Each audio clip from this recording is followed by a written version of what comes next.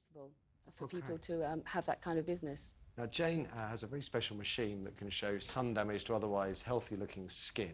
And Adam very bravely agreed to put his face in it earlier today. And I think we can... gosh, right. Now, this is what Adam's face looks like under it. But what does that show you, Jane? What do we see there? Well, clearly, you know, just looking at Adam, you can see that he's extremely damaged. But what the machine... Well, you say he's extremely damaged. I don't. I see someone who's brown. Sure. Yeah. Sure. But you know, a tan. There's not a healthy tan. You know, this kind There's no such thing as a healthy tan. No. No. Right. And the kind of exposure that Adam is having is, one, going to age him, but it's also, the scanner showed me that there's a huge amount of pigment around here as well, on the other side. Now, you know, this area is extremely vulnerable. The eye area is the thinnest part of the, you know, skin on the face, and so this is going to cause premature aging as well. So although I understand that it gives him a kind of lift and a feel-good factor, you know, there will be lines that you'll have much more quickly than you would have normally had you not exposed yourself. Going to change your mind about tans, Adam, or not? I'm not forcing you, I was just wondering whether... No, to be fair, he has opened my mind about it. But, you know, the reason I started tanning was due to anxiety. And when, you know, through going on sunbed, it used to make me feel better, you know, it reduced my anxiety and, you know, helped me. So, and there's an equation in your mind about how I feel about myself and the risk. How do I feel, my profession, you know, it's all to do with... What do you do for a living? I'm a personal trainer. So that's quite body image conscious, isn't it? You know, it's a very, you know, how do you look, how do you present yourself, it's very consciously, you know, it's the... And presumably the clients will look at you and think you look healthy. That's it. Whereas Jane looks at you, and I thought it was fascinating. She said, "Looks very damaged." And it's I guess, like beauty is in the eye of the beholder. Except Jane's isn't viewing beauty; she's viewing science and the science of damage to the skin. I find it a fascinating debate. Let's throw it over to you guys at home. You guys out there, have your views on tans changed, Amy? Let's go straight to Kimberly on line 1. Kimberly, good morning. Good morning. Are you a big one for tans? I think it looks healthy to have a tan, but 3 years ago now, I was actually diagnosed with skin cancer, and I think this is all stemming back to when I did used to go on sunbeds. How often did you go on them? It wasn't that regular, really. It's like you said, I tended to go on them prior to a holiday, so you get that base tan, so you look good, and you're not the typical white skin when you get into your bikini. But now my skin looks more like the M25 with all the scars that I have. I have to ask you, I mean, how old were you when you were doing tans? How old are you now? You know, how many years? I'm 34 now, and I was probably about 17 when I started to go on the sunbeds, or I would, when I used to go on holiday, I would just sunbathe with any oil, anything that would sort of enhance the fact that I would get brown, because I thought then, being naive, it was better to have a tan. Yes, I agree. Like I say, it is nice to have a tan, but my skin now, I've just come back from holiday, it is brown. I wore a factor 50. I did not sunbathe, but is it really worth having scars all over your body?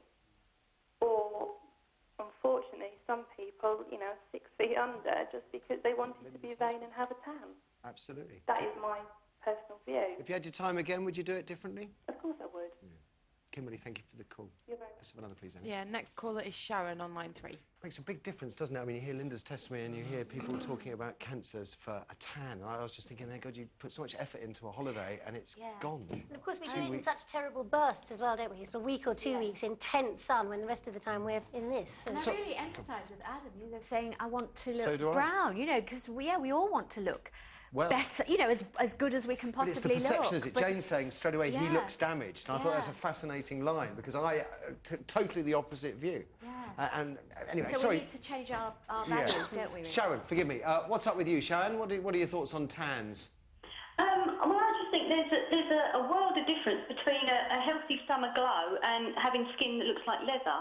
Right. I mean, I've got an 8-week-old baby, and he had slight jaundice, and I was told by the health visitor to stick him by the window so he'd got sunlight. So I know there's sort of, I think it's vitamin D that we need, that we get from it.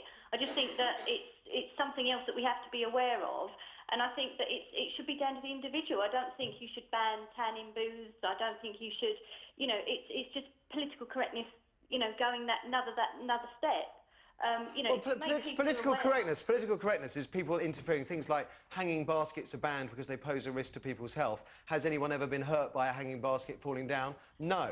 Right? No. That's political correctness. Sensible correctness would be, do people get skin cancer as a result of overexposure to UV? Yes. Do people die from skin cancer? Yes. Therefore, perhaps we do need to introduce legislation to protect people. I mean, they're two different things. I don't know if it's politically correct, Sharon. Well, I think it's in the nanny state. If you're aware of something, if you're aware of the dangers and you still decide as a consenting adult, I do think, I have used sunbeds, and I think that I've gone to places that I haven't used before, and they haven't talked through, have you ever had a problem with a mole, or, there's nothing, you pay your money and they'll let you use the sunbed. They don't sort of go through, anything that would prevent you from damaging your skin. They don't provide goggles, as somebody has said earlier. They don't, all they want to do is sell you sort of creams. So you're saying there is an argument then for legislation, Sharon, isn't there? Legislation, but not to ban them totally. I think you should have legislation. Okay.